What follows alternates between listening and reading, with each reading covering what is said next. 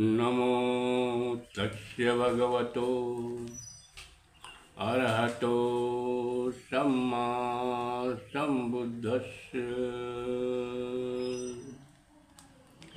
आद्यन्त सममाझमो जो कारक कल्याण। नमो तथागत धम्ममय भवजल निध जलयान। जिनका धर्म आदि अंत और मध्य में समान रूप से कल्याणकारक है, जिनका धर्म संसार सागर से पार उतारने के लिए जहाज के समान है तथा जो स्वयं धम्म स्वरूप है, ऐसे सम्यक संबुद्ध तथा बुद्ध को हम बार बार नमस्कार करते हैं। बुद्ध जन कपिलवस्तु के शाक के नागवंशीय क्षत्रिय थे। इनका मुख्य पेशा, मुख्य धंधा खेती बाड़ी करना था और खेती बाड़ी से संबंधित जितने भी कार्य होते थे, जैसे बढ़ई का कार्य, लकड़ी का कार्य, कुम्हारी बर्तन का कार्य, सोनारी सोनार का कार्य, लोहारी लोहार आदि का कार्य, बुनकर कपड़े की बुनाई आदि का कार्य, ये सभी कार्य जो कृषि से संबंधित थे, खेती से संबंधित थे, शाक्य लोग स्वयं करते थे। यह शाक्य लोग क्षत्रिय इसलिए कहलाते थे। क्षत्रिय एक समुदाय था जो बुद्ध काल में भी अपने धंधे खेती बाड़ी से ही जुड़ा हुआ था। कपिलवस्तु के राजा शुद्धोधन एक बहुत बड़े सामंत या बहुत बड़े जमींदार थे, जिनके पास हजारों बैलों की खेती होती थी। आषाढ़ माह में शाक्य राज्य में वर्षा मंगल का समारोह, वर्षा मंगल का त्यौहार या वर्षा मंगल का पर्व बहुत ही हर्षित, उमंग व धूमधाम से लोग मनाया करते थे। ये पर्व जो है एक सप्ताह तक चलता रहता था।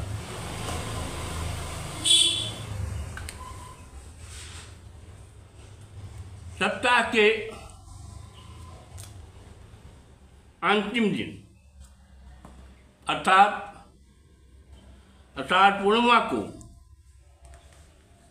विशेष रूप से यह पर्व मनाया जा रहा था।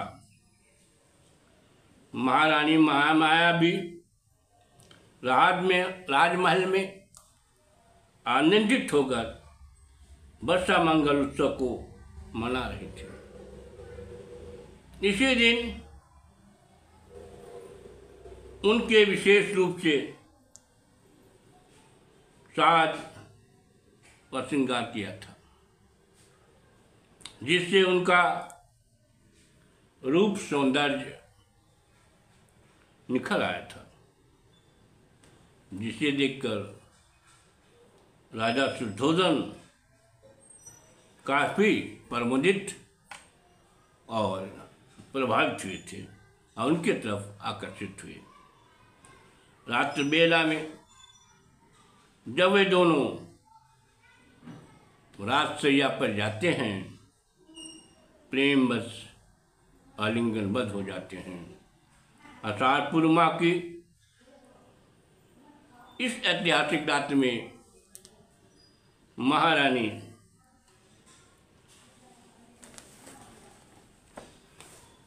महामाया ने गर्भ धारण किया।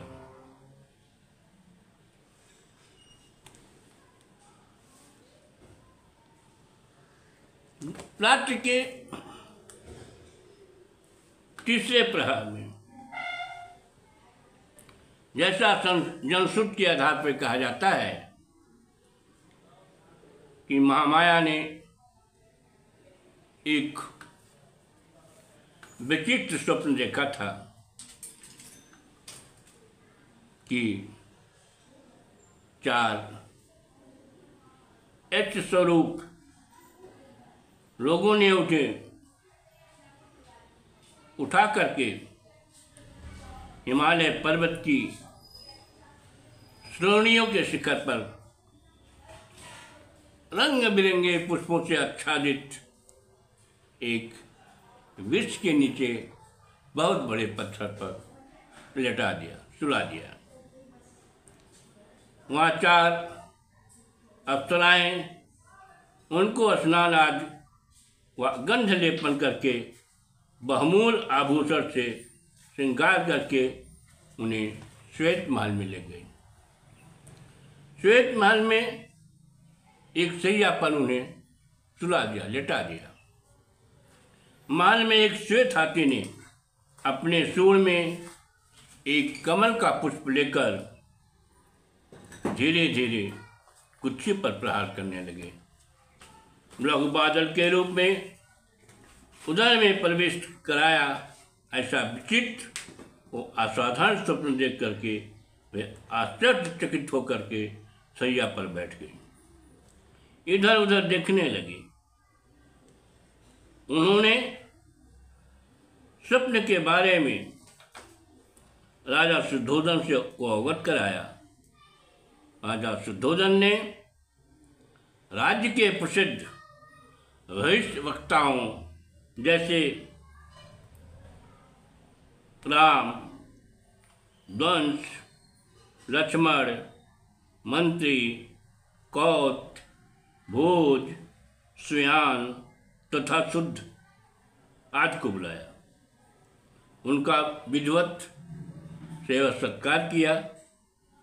भविष्य वक्ताओं ने रानी द्वारा देखे गए स्वप्न के बारे में व्याख्या इस प्रकार किया कि महारानी का यह स्वप्न एक शुभ संदेश देता है कि महारानी ने गर्भ धारण किया है। यह पुरुष गर्भ है। महारानी को एक यशस्वी पुत्र उत्पन्न होगा। महारानी मायावती गर्भवती होने का समाचार पूरे राज्य में फैल गया। कपिलवस्तु में चारों तरफ खुशियां ही खुशियां मनाई जाने लगी, क्योंकि महारानी ने लगभग 50 वर्ष की उम्र में गर्भ धारण किया था, जो अत्यंत ही खुशी का पल था, अत्यंत ही प्रसन्नता का क्षण था।